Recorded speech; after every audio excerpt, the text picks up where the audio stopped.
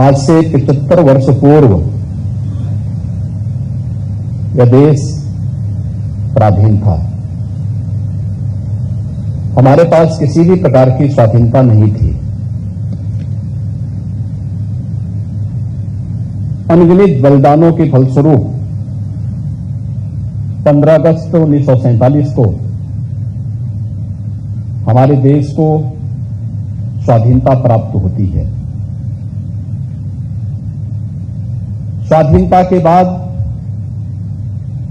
भारत की सुरक्षा और भारत की एकता और अखंडता को क्षुण्ण बनाए रखने के लिए 1947-48 में, 1962 में, 1971 में,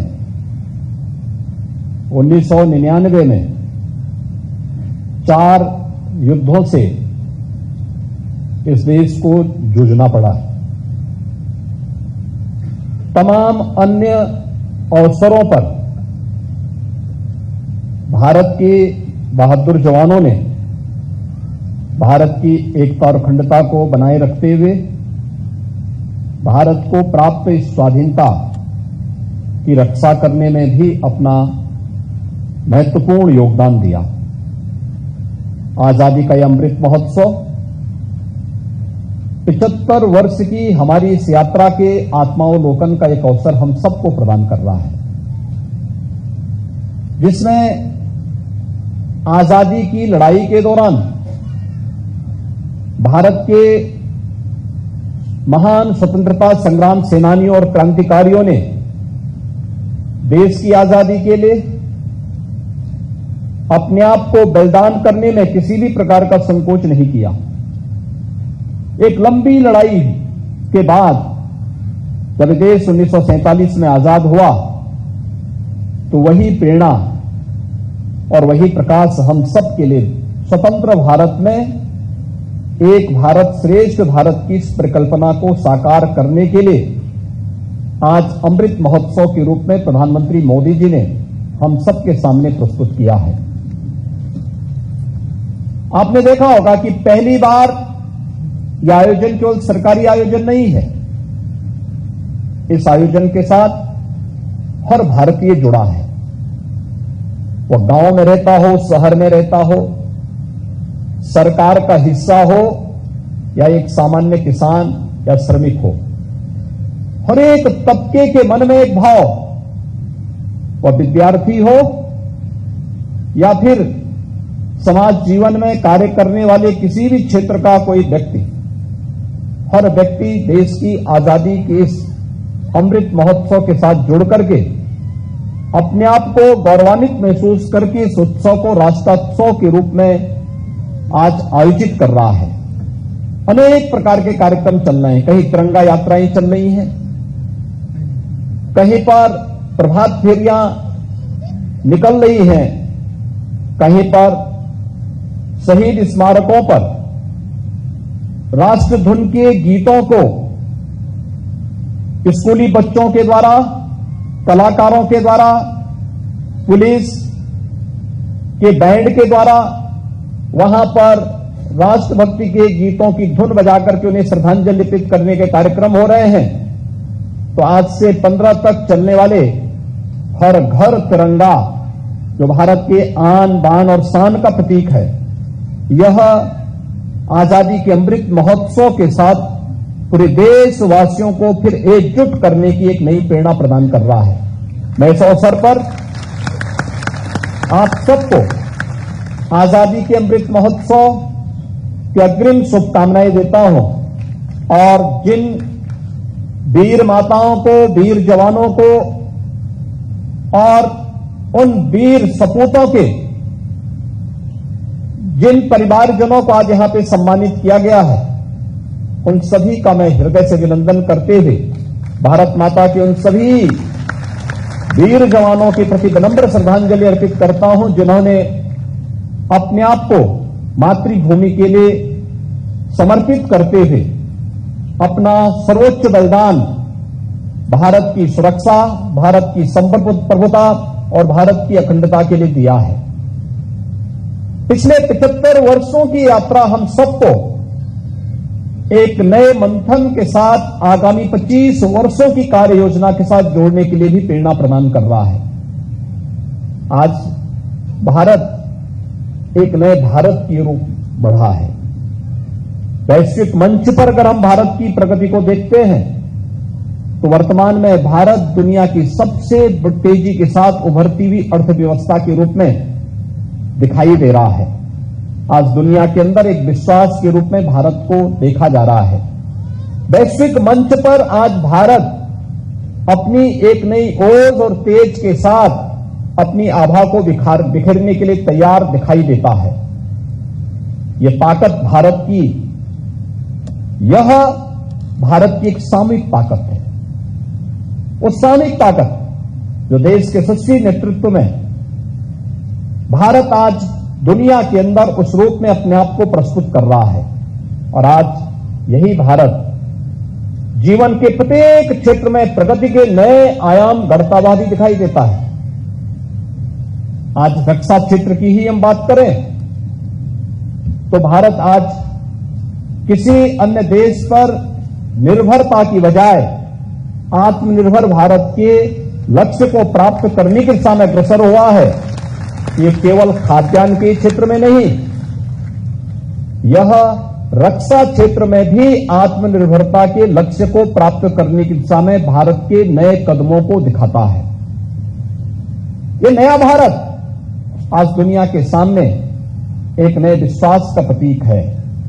जिस नए भारत में भारत के बहादुर जवान भारत की सुरक्षा, भारत की संप्रभुता और भारत की एकता और अखंडता को तो सुरक्षित और अक्षुण्ण बनाए रखने के लिए तत्पर है ही, लेकिन वैश्विक मंच पर भी शांति की स्थापना के लिए और सुरक्षा के लिए जब कभी भारत का आह्वान हुआ तो भारत के बहादुर जवानों ने उन देशों में जाकर के भी अपने पूर्ण शौर्य और पराक्रम का परिचय देकर के उन देशों में भी एक नई राहत देने का काम किया है।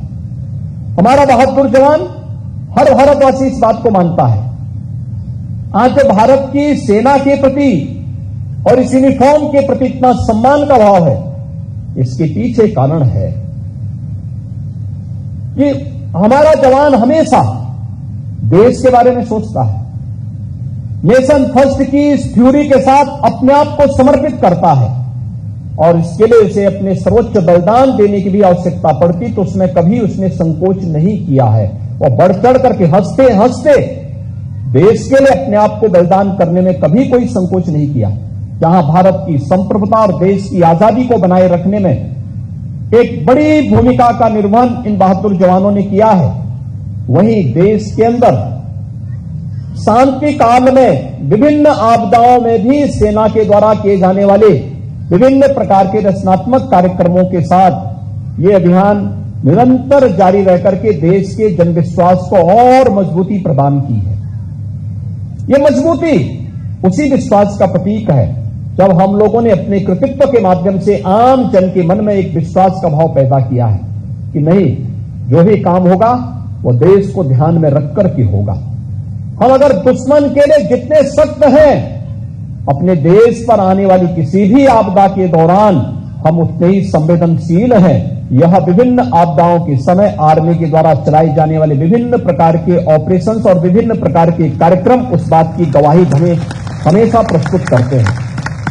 और इसीलिए आज जब यहां पर मुझे सेंट्रल कमांड के द्वारा वीर जवानों को, वीर परिवारों को, वीर माताओं के सम्मान के इस कार्यक्रम के लिए मुझे यहां पर आमंत्रित किया तो मुझे अत्यंत गौरव की अनुभूति हुई कि मुझे भी उनके साथ जुड़ने का एक अवसर प्राप्त होगा। यद्यपि हम लोग अनेक ऐसे अवसरों पर प्रयास करते हैं जहां पर कोई भी इस प्रकार के आयोजन हो जहां पर हम बहादुर परिवारों को, जवानों को सम्मान दे सकें, उन कार्यक्रमों के साथ जुड़ने का एक अवसर हमें प्राप्त होता है और उन कार्यक्रमों के साथ हमारा प्रयास होता है कि ये सभी कार्यक्रमों का हिस्सा बनाएं।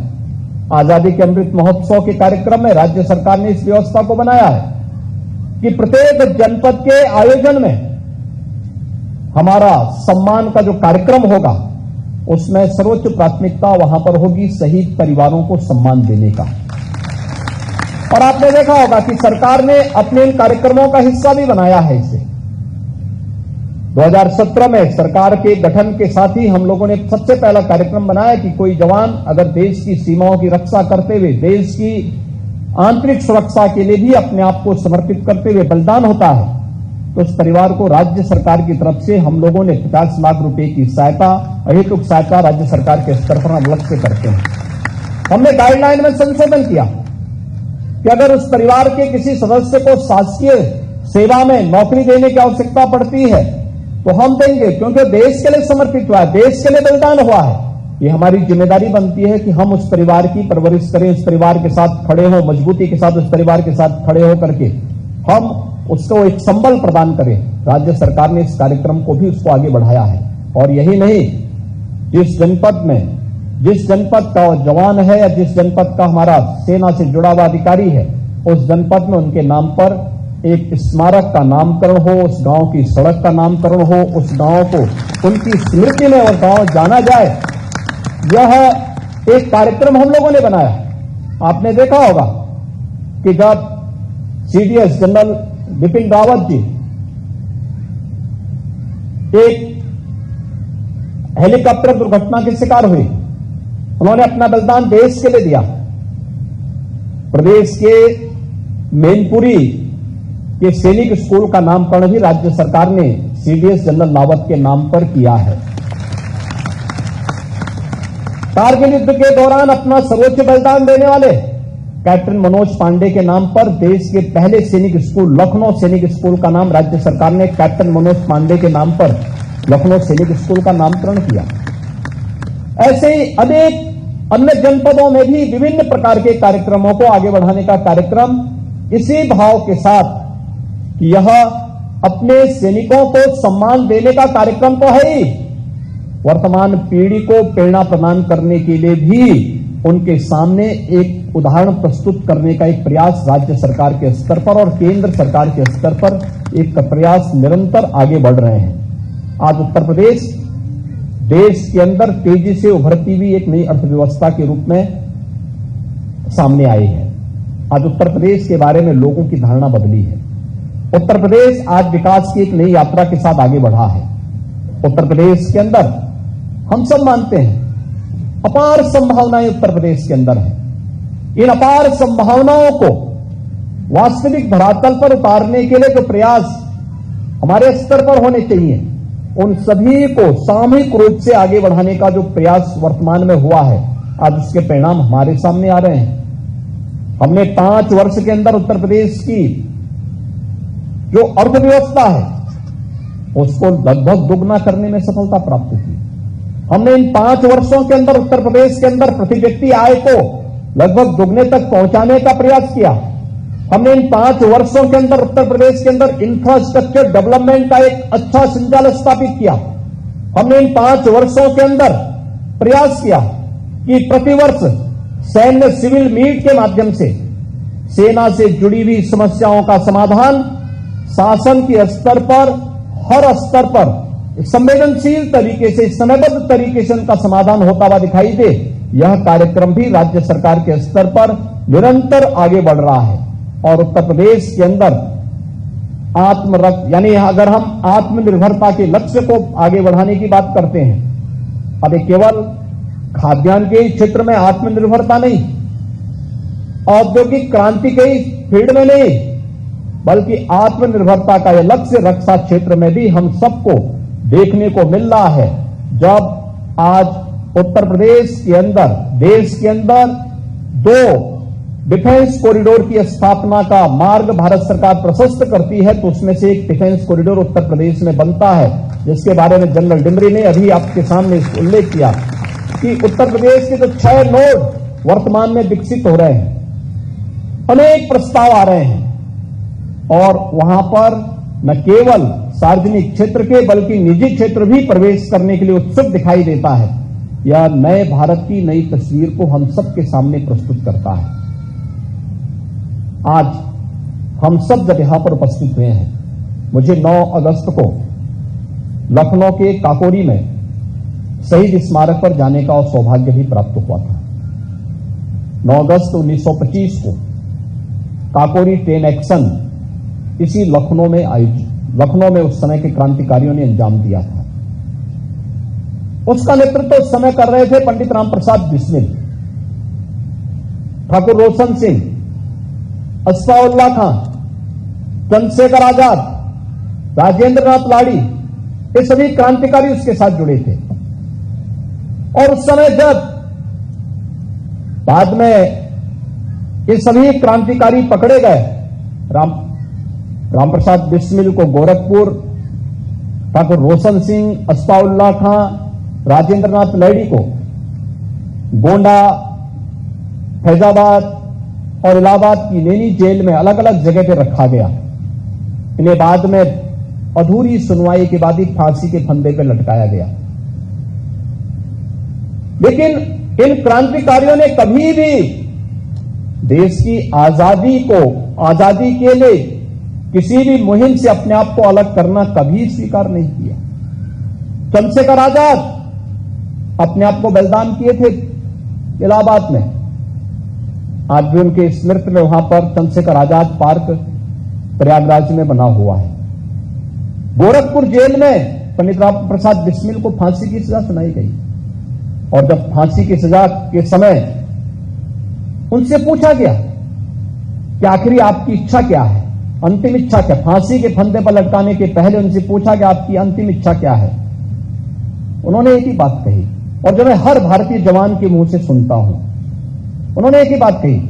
उन्होंने कहा कि हे इस भारतवर्ष में 100 बार मेरा जन्म हो, लेकिन मृत्यु का कारण सदा ही मृत्यु का देशोपकारक धर्म हो। यही मेरे जीवन का एकमात्र धर्म है कि जब भी जन्म लो तो भारत की धरती पर जन्म लो और जब भी मृत्यु का कोई कारण बने तो वह देश की रक्षा करते हुए, देश को बलिदान करते हुए ही वह मृत्यु मुझे अंगीकार होनी चाहिए। और मुझे लगता है पंडित राम प्रसाद बिस्मिल के द्वारा कही गई ये पंक्तियां आज भी उतनी प्रासंगिक बनी हुई है। और इन्हीं पंक्तियों की प्रेरणा से आज देश अपनी आजादी को सम विषम परिस्थितियों में सुरक्षित रखते हुए भारत की आजादी को मजबूती के साथ दुनिया के सामने सुरक्षित रखते हुए वर्तमान की प्रतिस्पर्धा में देश को एक नई ऊंचाइयों को की ओर आगे बढ़ाने का कार्य कर रहा है। आज मैं यहां पर जिन वीर योद्धाओं को यहां पे सम्मानित किया गया है, उन सभी को इस बात के लिए आश्वस्त करना चाहता हूं, उनके परिवारजनों को इस बात के लिए आश्वस्त करना चाहता हूं कि केंद्र और राज्य सरकार सदैव उनके हितों के लिए और उनके साथ हर विभिन्न परिस्थितियों में उनके साथ खड़ी है। और राज्य सरकार के स्तर पर जिस भी प्रकार के सहयोग की आवश्यकता पड़ेगी, सदैव हम इस बात के लिए तत्पर रहेंगे। मैं एक बार आजादी के अमृत महोत्सव की आप सबको हृदय से बधाई देता हूं और विश्वास व्यक्त करता हूं कि अपने अमर बलिदानियों की उस सर्वोच्च बलिदान से पूरा देश सदैव प्रेरणा प्राप्त करे और हम अपने भारत को एक नए भारत के रूप में, श्रेष्ठ भारत के रूप में स्थापित करने के प्रधानमंत्री जी के विजन को आगे बढ़ाने का कार्य कर सकेंगे।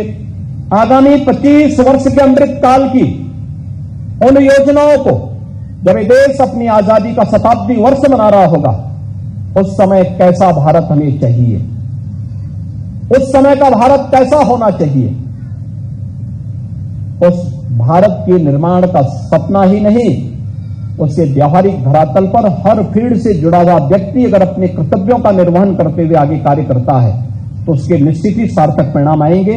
एक बार फिर से मैं सभी वीर योद्धाओं का सम्मान करते हुए, उनका अभिनंदन करते हुए, जिन्हें आज यहां पर सेंट्रल कमांड के द्वारा सम्मानित किया गया है, उन सबको मैं हृदय से बधाई देता हूं, उनका अभिनंदन करता हूं। और जिन वीर योद्धाओं ने अपना सर्वोच्च बलिदान देकर के भारत की सुरक्षा की, भारत की सीमाओं की सुरक्षा की, भारत की अखंडता की रक्षा की, उन सबको नमन करते हुए विनम्र श्रद्धांजलि भी अर्पित करते हुए अपनी वाणी को विराम देता हूं। धन्यवाद। जय हिंद।